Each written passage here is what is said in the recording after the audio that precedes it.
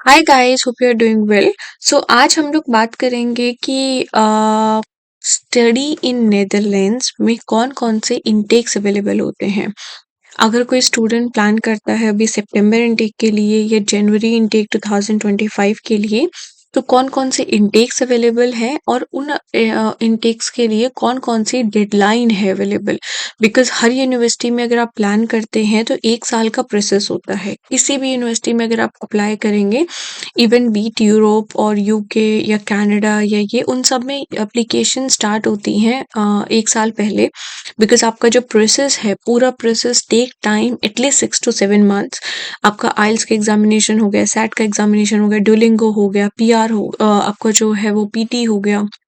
बहुत सारे अवेलेबल होते हैं आपके पास टेस्ट प्रेप्स। तो बट यूनिवर्सिटी का इम्पॉर्टेंट थिंग जो आपको देखना है वो है कि एप्लीकेशन किस टाइम पे आपने पंच करनी है और यूनिवर्सिटीज़ के कौन कौन से डॉक्यूमेंटेशन फुलफिल करने हैं। बिकॉज यूनिवर्सिटी जब आपके कंप्लीट हो जाएगा उनका स्लॉट, देन यूनिवर्सिटी आपका इंटेक क्लोज कर देती है। तो अगर मैं बात करूं आपका जो है वो नेदरलैंड्स के लिए, बिकॉज अभी हम लोग सिर्फ नेदरलैंड्स के इंटेक की बात कर रहे हैं। तो नेदरलैंड्स में जो इंटेक अवेलेबल है उसमें आपका है, एक विंटर में होता है, एक समर में होता है। विंटर में आपका सितंबर इंटेक अवेलेबल है और अक्टूबर इंटेक अवेलेबल है। इसकी एप्लीकेशंस आपकी जो है वो स्टार्ट हो चुकी हैं ऑलरेडी। बच्चे को अगर अप्लाई करना है तो आप अपना एप्लीकेशंस, अगर if you ready with your documentation, then you can start the process. Summer intake आपका available है। समर में आपका जो है वो फरवरी में आपका इंटेक स्टार्ट हो जाता है। और जनरल जो डेडलाइन एप्लीकेशंस की होती हैं विंटर वाले की जो है वो 1 मई है। दिस इज़ वेरी इंपॉर्टेंट कि आपको अपनी यूनिवर्सिटीज़ की डेडलाइन पता होनी चाहिए। बिकॉज यूनिवर्सिटी मेजरली जो है वो डेडलाइन के बाद में अगर आपने कोई भी एप्लीकेशन पंच किया वो एक्सेप्ट नहीं करेंगी। समर की जो होती है वो 1 अक्टूबर या 1 नवंबर। These are the important thing. किसी भी कंट्री में अप्लाई करेंगे, कोई भी यूनिवर्सिटी में अप्लाई करते हैं, जिस दिन आप यूनिवर्सिटी में अप्लाई करते हैं आप अपनी यूनिवर्सिटीज़ की डेडलाइन देखिए। This is the general deadlines for Europe में आपकी रहती है, but Netherland is a major one. इसकी डेडलाइन इसी के आसपास में रहती हैं।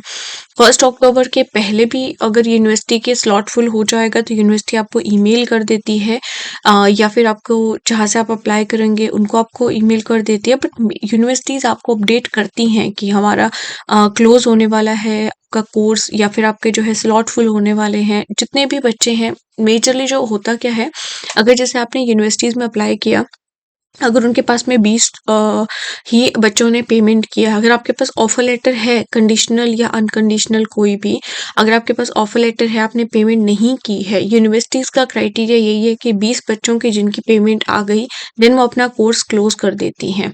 तो अगर आपके पास ऑफर लेटर है, कंडीशनल अगर है तो अनकंडीशनल करवाइए। अनकंडीशनल होने के बाद में आप अपनी जो भी 50% ऑफ द फीस है यू हैव टू पे, ताकि आप अपना वहाँ पे सीट रोक सकें। बिकॉज यूनिवर्सिटी के पास जैसे ही वो 20 बच्चे या 15 बच्चे, किसी किसी यूनिवर्सिटीज़ में, नेदरलैंड्स की यूनिवर्सिटीज़ में 11 बच्चों का क्लासेस स्टार्ट हो जाती हैं। एक बैच में अगर 11 बच्चे हैं, 11 बच्चों ने फीस पेमेंट कर दी है, यूनिवर्सिटी अपना क्लोज कर देती है। हर एक बट ये सब डिपेंड है कि कितने का बैच निकलता है। बिकॉज कनाडा के बैच 25 के भी होते हैं और किसी यूनिवर्सिटीज़ के बैच 30 के भी होते हैं, किसी यूनिवर्सिटीज़ के बैच 11 बच्चे, 15 बच्चे, 20 बच्चे, depend upon university to university, programme to programme. हर प्रोग्राम में अलग अलग बच्चे का अलग अलग टाइप के बैच निकलते हैं। तो मेक श्योर कि आपको डेडलाइंस, आपको इनटेक के अकॉर्डिंग आपने पता होनी चाहिए एप्लीकेशंस की। एंड इनटेक ख़त्म होने से पहले आप अपना जो है वो पहले अपने सारे डॉक्यूमेंटेशंस के साथ में you will get your offer letter, और अपनी फीस पेमेंट करके आप अपना वीज़ा प्रोसेस कर सकते हैं। And second thing is that, अगर हम बात करें यहाँ पे कि नेदरलैंड्स में कौन कौन सी यूनिवर्सिटीज़ के साथ साथ में सबसे important universities will discuss on next part. अभी हम लोग बात कर लेते हैं कि कौन कौन सी कंपनीज़ हैं।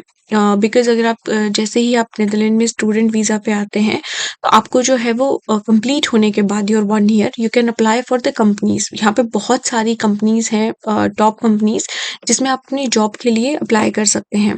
But till the time you are on a study visa, आपके पास बहुत सारे ऑप्शंस हैं पार्ट टाइम के लिए, पार्ट टाइम कर सकते हैं।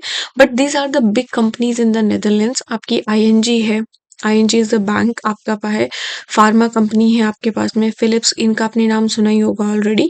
तो ये आर इसके अलावा भी यहाँ पे बहुत सारी कंपनीज हैं जो आपको टॉप कंपनीज हैं जिसमें आप अपना जो है एप्लीकेशन पंच कर सकते हैं। बट सबसे ज़्यादा अगर मैं डिमांड की बात करूँ तो IT sector is a big in the Netherlands, because ITs के जो जो भी टॉप लेवल्स पे are the Asians only.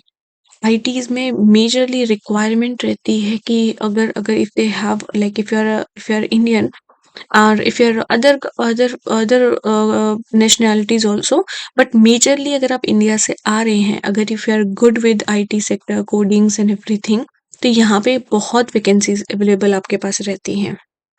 If you have any doubts और anything, you just let me know. Thank you so much.